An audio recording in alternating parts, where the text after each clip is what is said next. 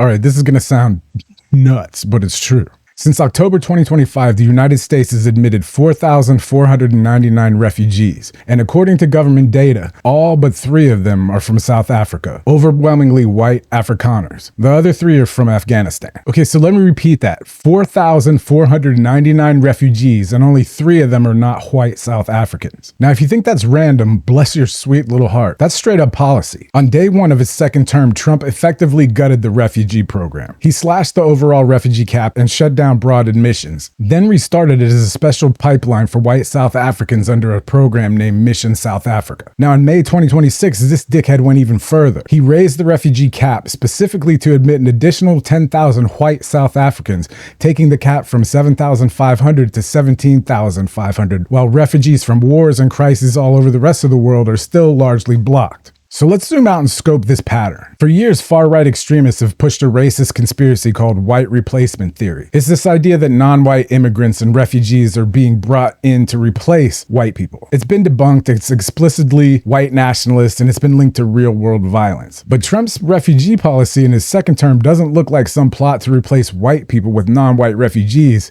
It looks like the mirror image. He shuts down protections for most refugees, then re-engineers the system to prioritize one specific white group, white South Africans, and barely lets anyone else through the door. In other words, while white supremacists rant that immigrants are replacing white people, the actual government policy is importing more white families from abroad and building up their numbers here, while non-white refugees are left in danger. Now we're talking about way more than just border security. We're talking about a government deciding which races deserve safety and which can be sacrificed. I can't even fucking believe I'm making this video. And my numbers are real, verified. Google it, bitch. Ask Grok or Perplexity or whatever the fuck. When you see Confederate flags flying proudly at a big patriotic event like the state fair thing, and you see a refugee system redesigned to overwhelmingly serve one white population, you're not looking at accidental bias, oopsie shit, what? You're looking at a political project that treats white lives as uniquely worth saving and everyone else as disposable.